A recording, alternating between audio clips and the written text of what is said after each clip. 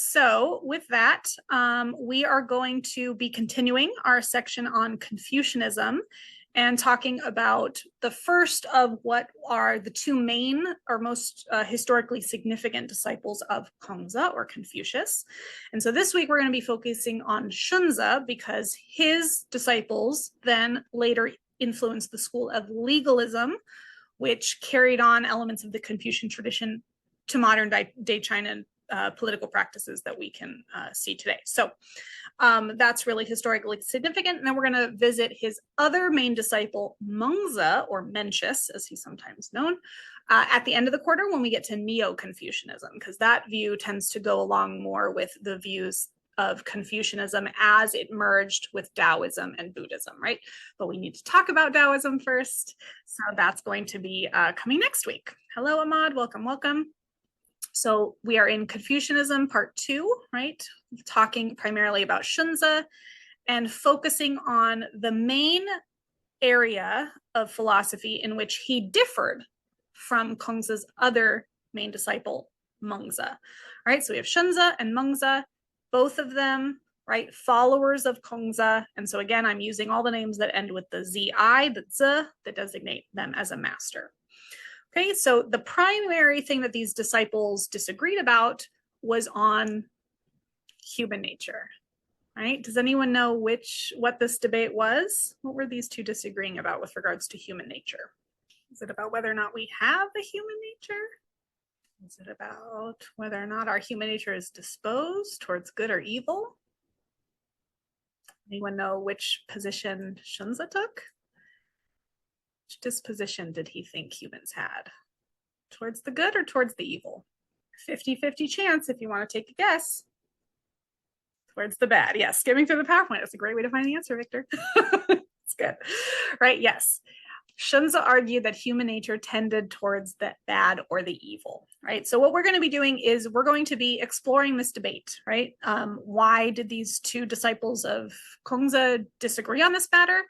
That primarily had to do with how little Kongzi said about human nature, right? So it left a lot of gaps, right, in the philosophy to be parsed out.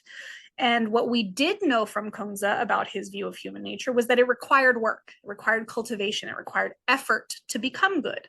And so as a result, we have these two main disciples who end up interpreting that a little bit differently. I think it's helpful to think of it as like a glass half full, glass half empty, but maybe not half, maybe just like a little bit at the beginning. Okay.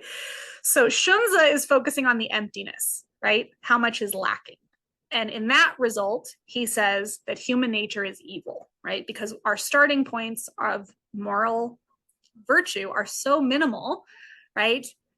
They can be wiped out in an instant, right? So we're certainly not anywhere close to being considered good, right? In terms of like meeting a threshold, right? Well below 50%. Mengzi, on the other hand, was focusing on the little bit that was there, right? So later on, we're going to see, though, when he says that human nature is good, he's not like foregoing everything that Kongzi said, right? He is just acknowledging that we do start with a little bit of something, and that counts. He calls them moral sprouts, right? And so, this is something that we're going to have to think about again in terms of political philosophies, right? Why does it matter whether or not human nature is good or evil? Well, it matters to a philosopher who's trying to achieve peace and harmony in society, because if humans are starting off with a predisposition towards one or the other, right, that's going to determine what sort of mechanisms need to be in place in society to ensure that there is peace, right? So if humans are already starting off pretty good, then we shouldn't need as much infrastructure, right, to reinforce those habits. But if humans are starting off with a lacking, right, a significant lacking, then the idea is that we're going to have a lot more infrastructure in place to bridge that gap, right, to help people get from their moral sprouts, their starting points, if they're even already, right, to fully cultivated virtue. So again, Xunzi is focusing on the lacking thereof, right? Mengzi is going to focus on what is already there to begin with. So again, do they disagree? Yes, but but not as much as we might think at the surface of it, right? Xunzi doesn't think that we are fully horrible and like can't be saved, right? And Mengzi doesn't think that we are all inherently perfect. Okay, so two different interpretations, but again, will have very, very significant implications on political philosophies thereafter. Okay, so going to the PowerPoint, I'm just gonna go through some of this. It goes through a lot of his contributions. Again, please definitely take a look at that, especially as it relates to his disciples. The one that we are going to be seeing in this week as well is not, his name is Han Feizi, and he is going to be the founder of the legalist school, which is then later going to inform Marxism and Maoist communism in China. Okay, so Han Feizi, so Kongzi, Xunzi, Han Feizi, Confucianism, right? Later Confucianism, legalism, and then we can trace that to Maoist communist China, and then even some remnants of those legalist practices today. Primarily, the idea that, okay, if human nature is inherently evil or lacking, right, in morality in a significant way, the idea then is that to encourage moral behavior, the best, right, the most efficient way to do that is simply reward and punishment, right? Like people are not inherently good, right? This is the basic understanding idea. And so they're much more likely to act in their own self-interest, right? We tend to align egoistic thinking with immorality, right? We don't tend to praise people who, I mean, historically, we don't tend to praise people who are narcissists. And the idea there is that, right, we value the doing of things for others. And so how can we encourage people to do that, right? Well, we have to reward that behavior. And then again, it's not a totally foreign idea today, right? How do we encourage corporations to donate money? Well, we give them tax write-offs, right? We have to give incentives, even for a lot of nonprofit organizations. How do they encourage donate? Well, we'll give you some free swag, right, with your donation, or you get this bumper sticker, or, you know, whatever. So oftentimes we have to get something in order to want to do something for somebody else. And that is not great. But the idea from Xunzi is that it's just a facet of who we are, right? It meets us where we are, and it helps us cultivate virtue, given the unfortunate reality of how egotistical our motivations can be, right? So again, a little bit of a difference but in philosophy, but ends up having huge implications in terms of other types of ideologies. Okay, so there's going to be some argumentation that's given by these philosophers to try to establish reasons, right, for thinking that humanity is good or bad in this way.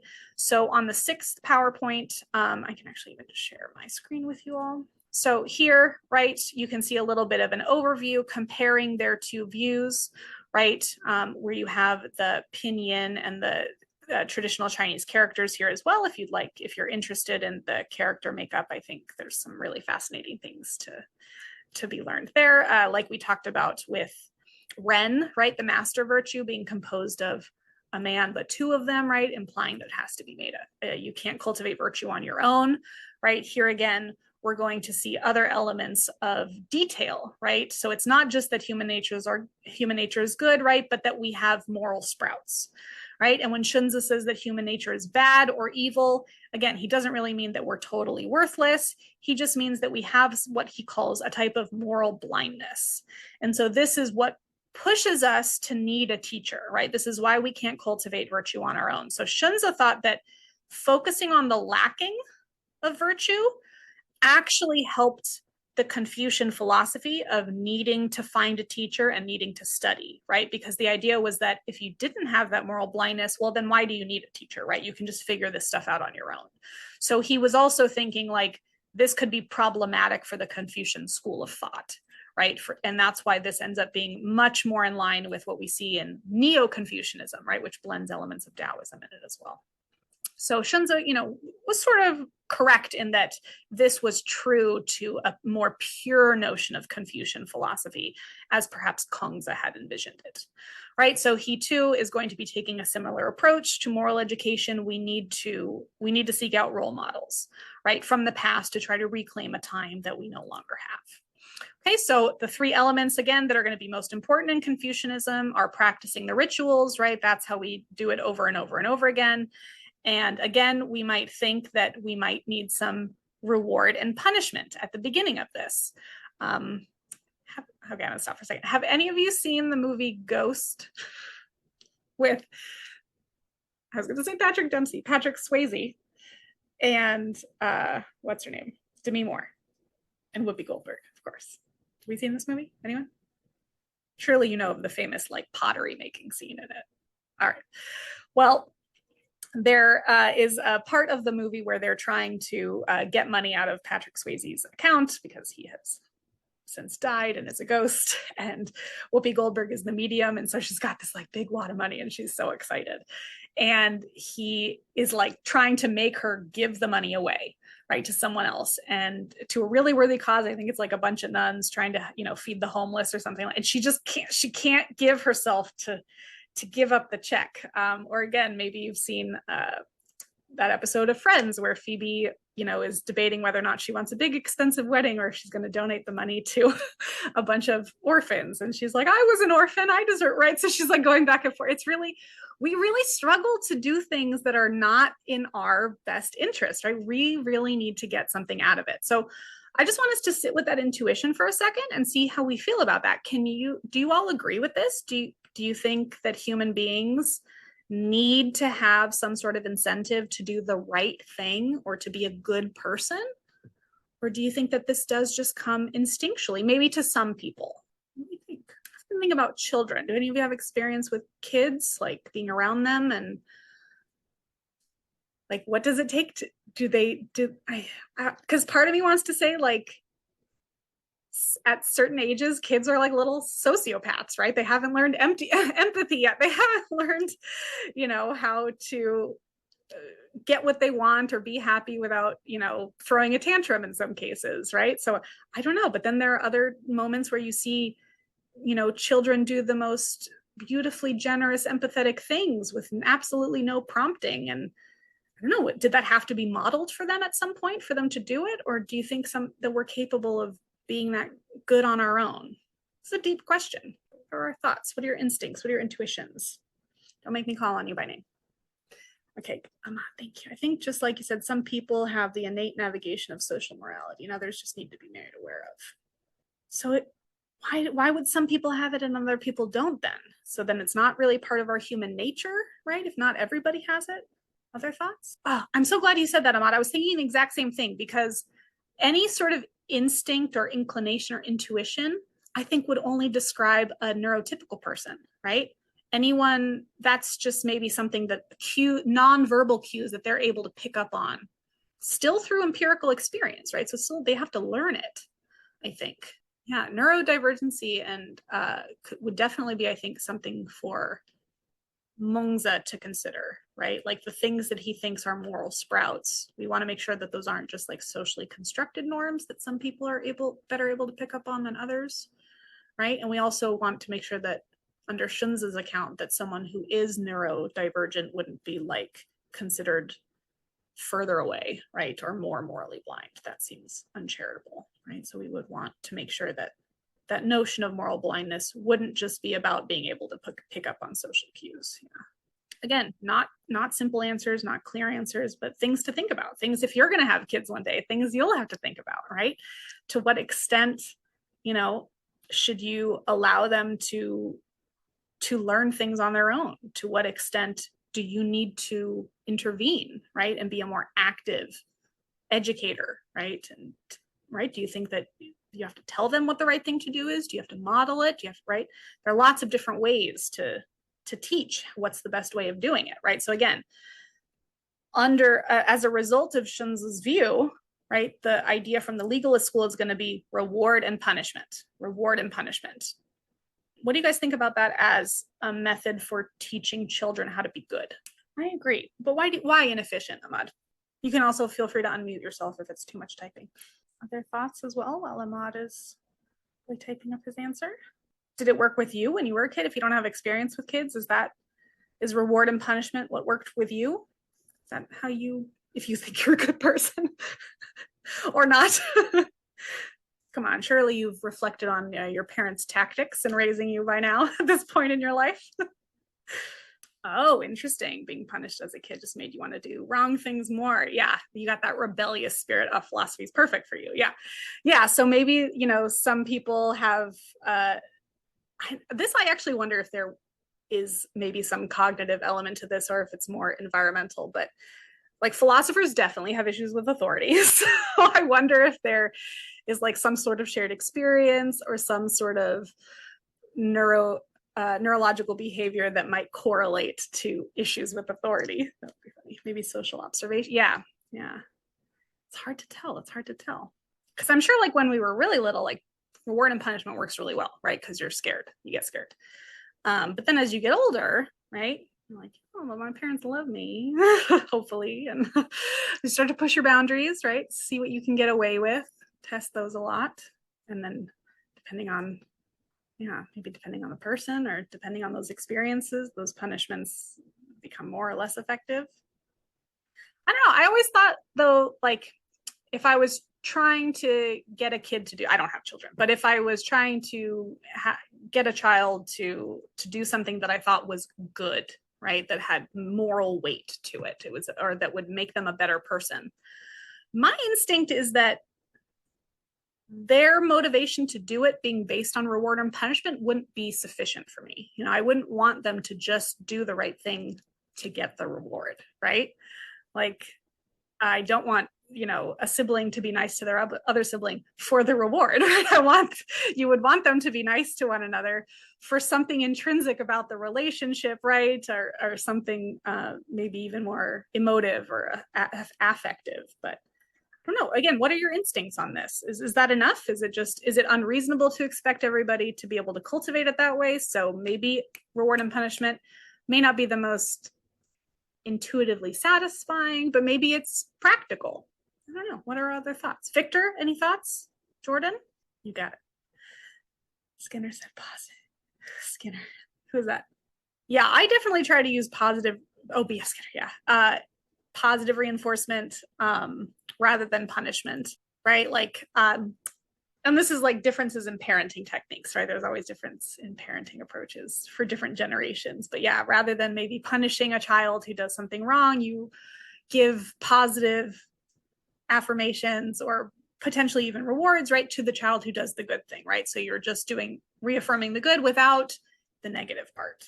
Positive reinforcement, yeah. But maybe it was because you weren't punished as much. Okay, interesting. Picky eater. Oh, good. Yeah, and so there are ways in which, right, we have a lot of examples where this reward system, whether it has punishment or not, can be effective, right? So maybe it's that the punishment is not very effective, but rewards are effective. Sort of a vibe I'm getting. That seemed to capture your intuitions. So that's really tricky then, though, right? Still for us wanting to cultivate virtue, right? Especially later on for Mengzi.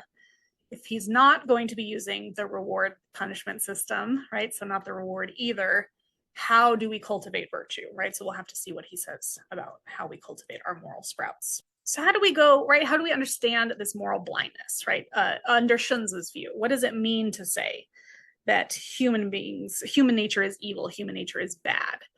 He thinks that we cannot, right, up until we've cultivated our own virtue, trust our own moral intuitions. He thinks we must trust the claims of those in authority. So because of that, we need to find a teacher as soon as possible. But this creates a philosophical potential paradox, right? How can we identify good moral authorities, right? How can we pick a good teacher if our moral intuitions aren't good, right? So chances are we're going to be picking bad leaders, right? Bad teachers if we haven't yet ourselves. But what's interesting about Xunzi's view of moral blindness is he actually thinks that it's a little bit different for us, our self-assessment and our judgment of others. And this is maybe like an early understanding of bias, right? A potential bias we can have towards ourselves. So he thinks that we're actually much better at identifying goodness in others than we're able to judge our own behaviors, right? So you might think like you can be really good at rationalizing your own bad behavior, right? And it is a lot easier to criticize other people's bad behavior, even if the behavior was exactly the same, right? You're going to have more empathy and forgiveness and charity towards whatever bad thing you've done. So he thinks even though we are morally blind, we're better at identifying goodness in others than in ourselves. Okay, but he does acknowledge that this entire process of self-cultivation is not going to be fun, right? It's unpleasant, right? Which is very different from his predecessor's view, which Xunzi talked about how the more time we spend cultivating a habit, the more we learn to understand and then are able to take joy in that activity, right? So again, even like volunteering, you might, do a volunteer project because you have to, because you're going to graduate high school and it's one of their requirements. But then maybe you do it a couple times and you actually realize you really enjoy it, right? Even if you hated it the first time, right? The experience, the activity might be exactly the same, but right, through time, through a habit, through some understanding, right, you're able to take joy. But for Xunzi, because human nature is inherently lacking, right, in these morally significant ways, it's especially unpleasant for a lot of the time, right? It's really, really hard to do the right thing, and it's going to be hard for a while. So it requires active exertion, right? We really, really have to try hard to do the right thing. He says it's analogous to like trying to bend wood, which was different than Xunzi's analogy in terms of cultivating water, which was like water moving over a blade of grass, right? So you bend with it, whereas right, so the blade of grass would be us, right? It's in our nature to bend with the water, right? So Xunzi's analogy here of bending wood is that we're firm, we're kind of fixed in this way. And so cultivating virtue is like trying to bend that, right? It takes a lot more effort, right? And there's a lot more resistance, right, from our human nature. Okay, so he's going to say that we're not really going to understand, right? We're not going to gain that understanding that Xunzi was talking about until much, much later, right? That really doesn't come for a very long time in the process of self-cultivation. Okay, so then these two also had, differing views about finding the first good people, right? How we should look to the past.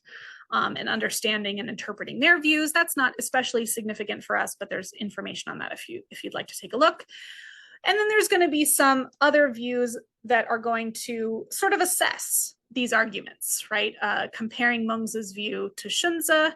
And here again, I have, what are these letters here? Xunzi. I have to redo this PowerPoint. Sorry, that's not exactly clear. I have to remember some of my own abbreviations there. But some arguments, right, for these different states, right, of these different views on moral cultivation, right? So comparing again Xunzi, who's taking more of an empiricist, right, empirical, I am making this philosophy based on what I perceive about people in the world.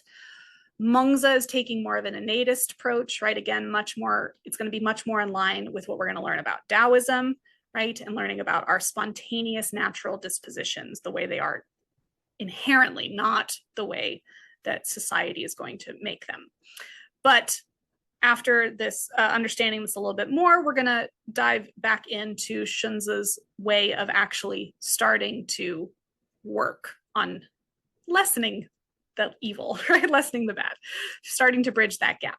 So he's going to expand on Xunzi's philosophy a little bit, right? There's going to be certain states of mind that we should strive to attain, right, as virtuous individuals. So this is where we start to get some elements that are going to lend themselves to the Neo-Confucian school later as well, right? Emptiness is very much something from the Buddhist tradition, right? Single-mindedness, very focused, being still. These elements come from a lot of Indian traditions as well.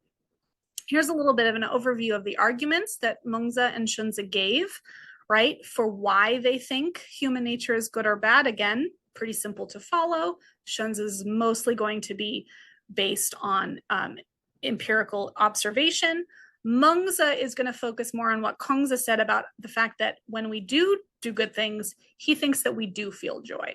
So this, again, we might debate, right? How much joy or how much dissatisfaction or suffering do we experience when we do the right thing? And that depends, right? It depends on the person. It depends on the situation, right?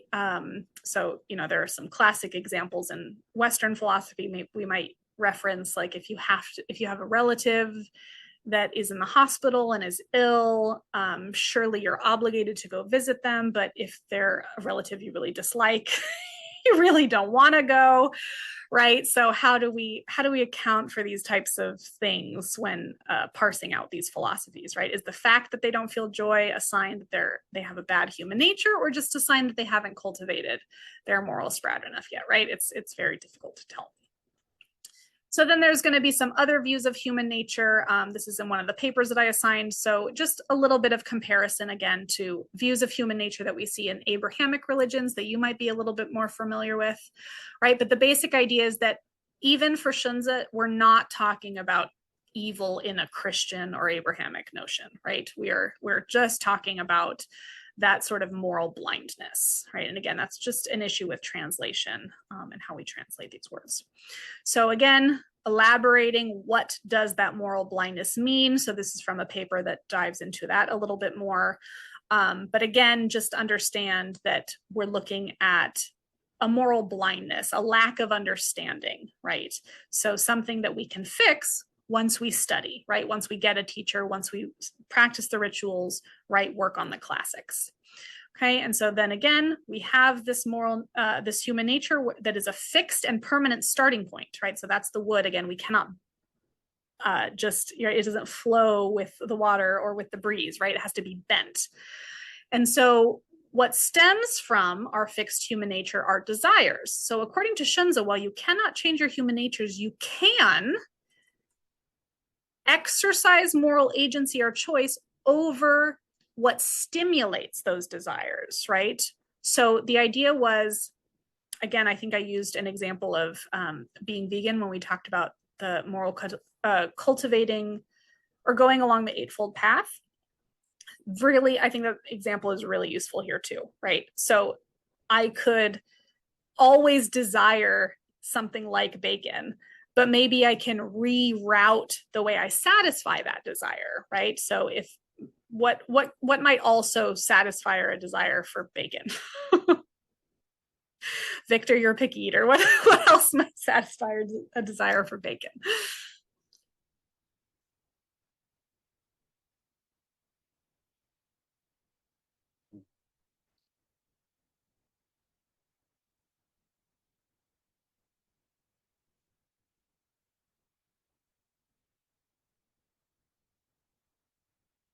I'm thinking anything salty, right? Heavy, maybe. Although I guess it could just be little bacon bits. You don't like bacon that much, so you don't seek it out. All right, but I mean, I haven't had like great vegan bacon, but there are ones that could, they could get the job done in a pickle, right? If the occasion called for it. So we can satisfy these urges in other ways. Or you might have heard of people, turkey bacon or something like that. Yeah. But I was thinking if I was trying to be vegan and not hurt any animals. But there are also analogs with things like smoking, right? So a lot of people realize that while nicotine is addictive, a lot of people realize that the hardest part of their nature is to control is the oral fixation, right? So a lot of people will switch to gums or some other type of thing that engages that desire, but manifests it or satisfies it in a different way, right? So same idea here. Your desire or your human nature is fixed, but you can change the way you satisfy those desires. And so in this way, we get a really interesting entity from Confucian philosophy, which is very different from the way we think of knowledge in the West. In the history of Western analytic philosophy, emotions or the heart were always set up as totally distinct from the mind or rationality. But in this Chinese philosophy, we get a notion of heart mind, right? Something that works together. So understanding and the feeling, again, for Confucian philosophy, are meant to go hand in hand. So even though you aren't changing your nature, you can change what it is you desire based on making active choices, right? Your agency, your choice, making choices about how to satisfy those desires.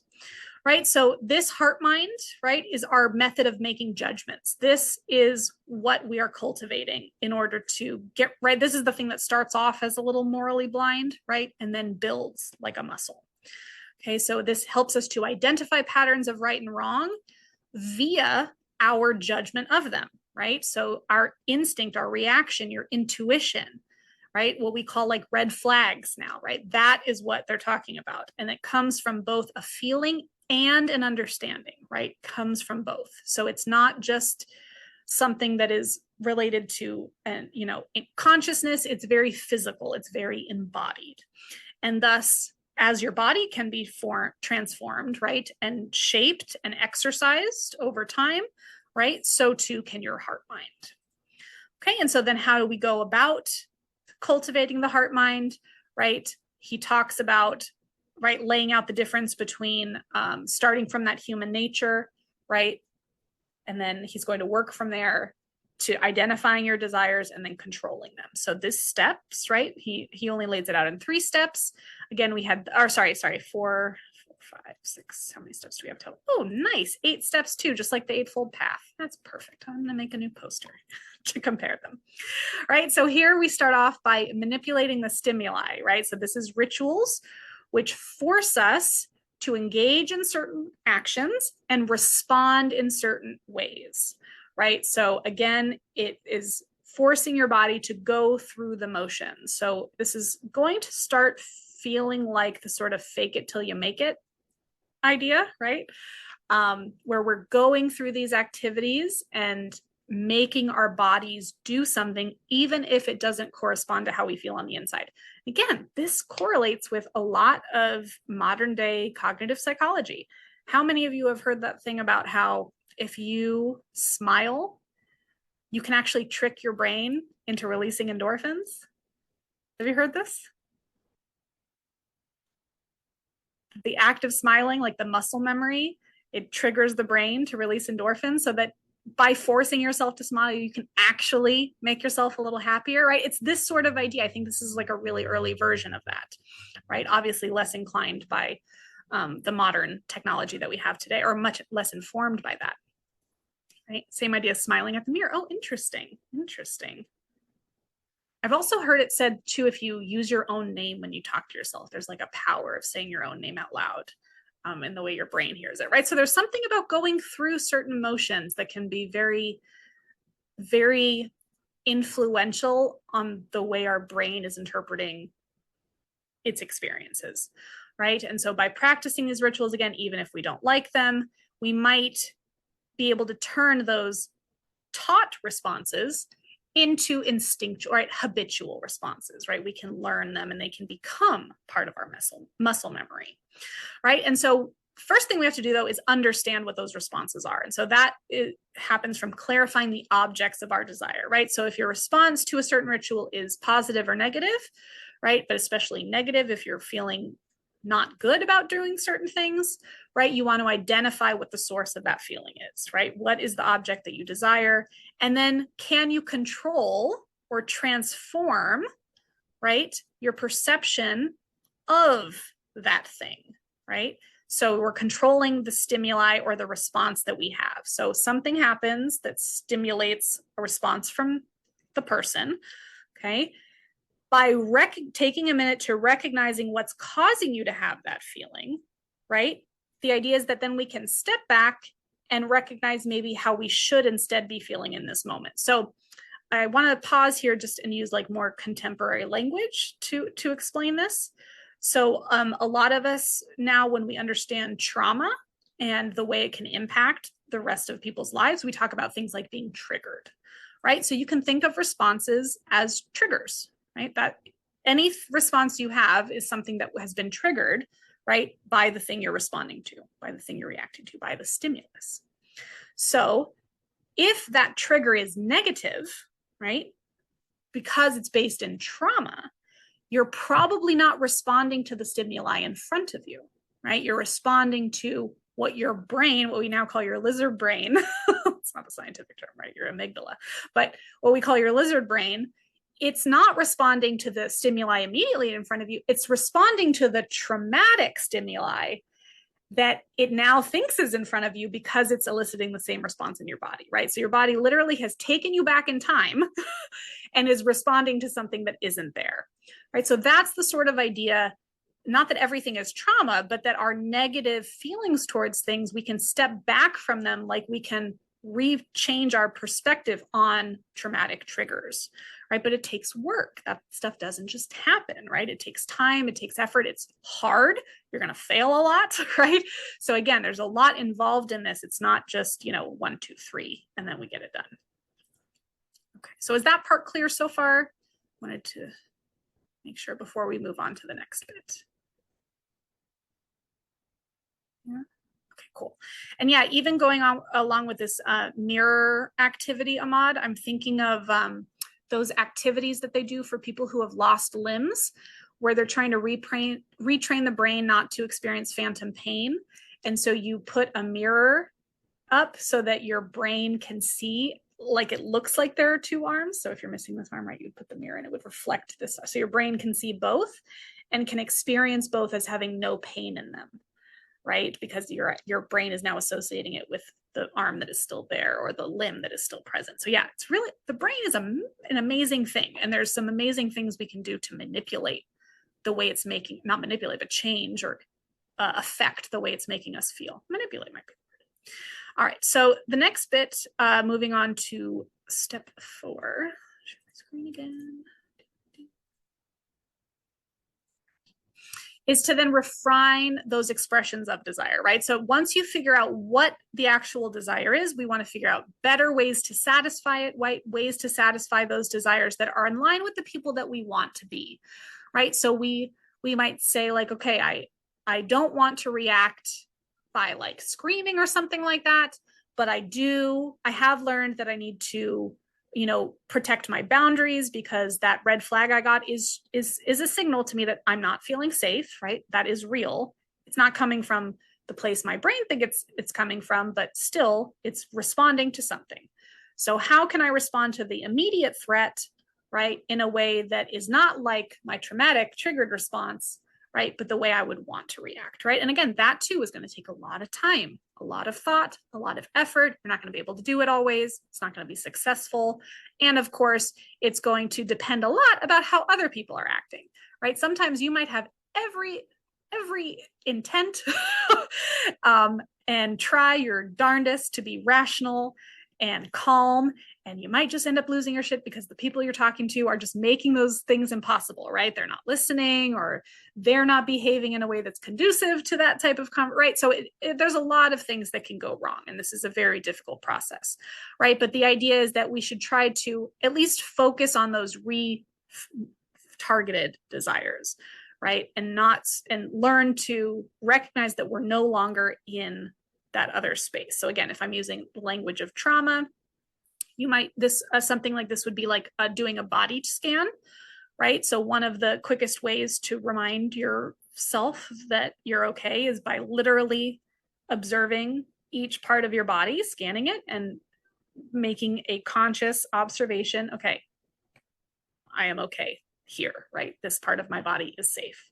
It is fine right now, right? And just taking the time to go through that process, right, helps us to get out of those habits of just being taken, right, to another sort of desire, right? And again, it's not that those feelings aren't there. It's not that those experiences have gone away. It's not that that disposition isn't there, right? But it's about intervening in it, learning how to identify when it's happening, and then redirecting it to another healthier or more morally appropriate form of expression. Okay, and then finally, again, right, stepping back in, almost like we saw in the Buddhist tradition of, right, the Eightfold Path. It starts inward, then outward, then inward again. Here it's more all the way out than in, right? You start with the actions, right? You doing all the things, and then slowly that reflection starts to come inward. And then we can start to actually start hopefully changing our emotions. But again, this is going to be close to the final stages, right? Because every time we try, right, to reframe ourselves, we're going to be responding to things around us differently, right? So if you are going to say, well, I'm going to be a much more laid back person from now on, and I'm, not going to approach things with conflict, that might sound really great, but that might end up really pissing some people off in your life, and you realize that you're having more arguments than ever now, right?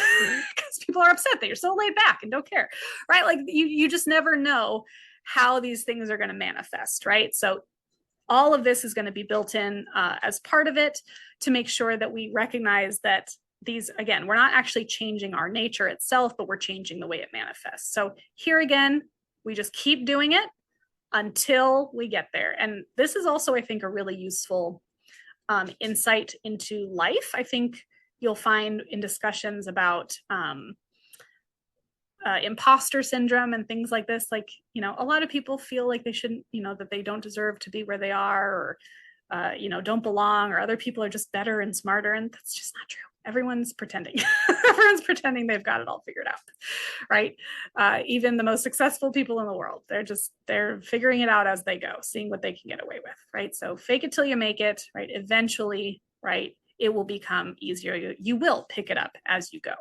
And then eventually, yes, you should be able to take gratitude, right? Not necessarily joy, maybe, like Xunzi was talking about, but at least be able to appreciate the effort that you put in. So even if doing the right thing is unpleasant, you still have a level of gratitude or positive affect towards it.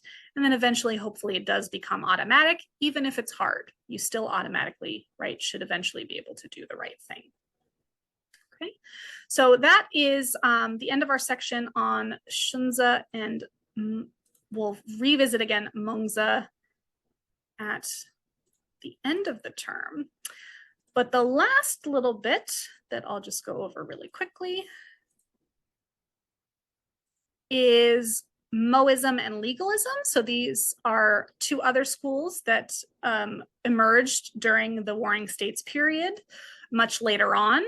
The Mohists were a little bit earlier. This tradition by Mozi was around the same time as Confucianism and Taoism, but a much smaller school, and tended to really focus on the idea that human nature is fully fledged good, right? So not the way Mengzi thought about in terms of moral sprouts, but that we just are inherently good, and that we should not have any sort of preferential treatment for anybody like we saw in Confucianism. So no notions of filial piety, right, or consanguineous affection. We should treat everybody the same, no matter what. So this is like the first sort of version of consequentialism that we see in Eastern philosophy, right? The idea that everyone has the same moral worth regardless of their proximity to you. And then, of course, legalism, the tradition we've already been talking about from Feizi, right? So a student, a disciple of Xunzi, who we were just discussing. And here again, basing his views off of Xunzi's notion of human nature, right? Advocated for a very specific type of social political structure. So there's lots of information here to dive into that, but we only have a minute left of class. So let's see. Oh, awesome, cool. Why do many of the philosophers have binary conclusions on human nature? Yeah, so again, it's not as binary as it seems, right? So when you just take the phrase human nature is good, or that particular line from their philosophy, it's misleading, right? So really, when Xunzi says human nature is bad or evil, it's not really what he's saying. He's saying that human nature suffers from moral blindness, right? Which is itself a very robust concept. And Mengzi, when he says human nature is good, what he's really saying is that humans have moral sprouts, right? And again, that is going to be a robust thing that we will elaborate. So I think they do have these accounts that there is both the good and the bad, and they're trying to account for that in a way that informs how we move forward, right? How can we account for the good and bad in humanity, but still understand the proportionality of those things enough such that we can make sure we're making sure everyone is as good as possible. So I was going to scan some of the stories from here so that not only can you read about them in the actual Dao De Jing, but you can see some nice animated versions of those. So I will add those for you by Thursday so that you have some other fun material to look at. Or actually, you know what? I'll do it over the weekend because we don't start Taoism until next week. So enjoy the rest of your week. Hang out if you have any questions, but otherwise I'll see you all on Tuesday.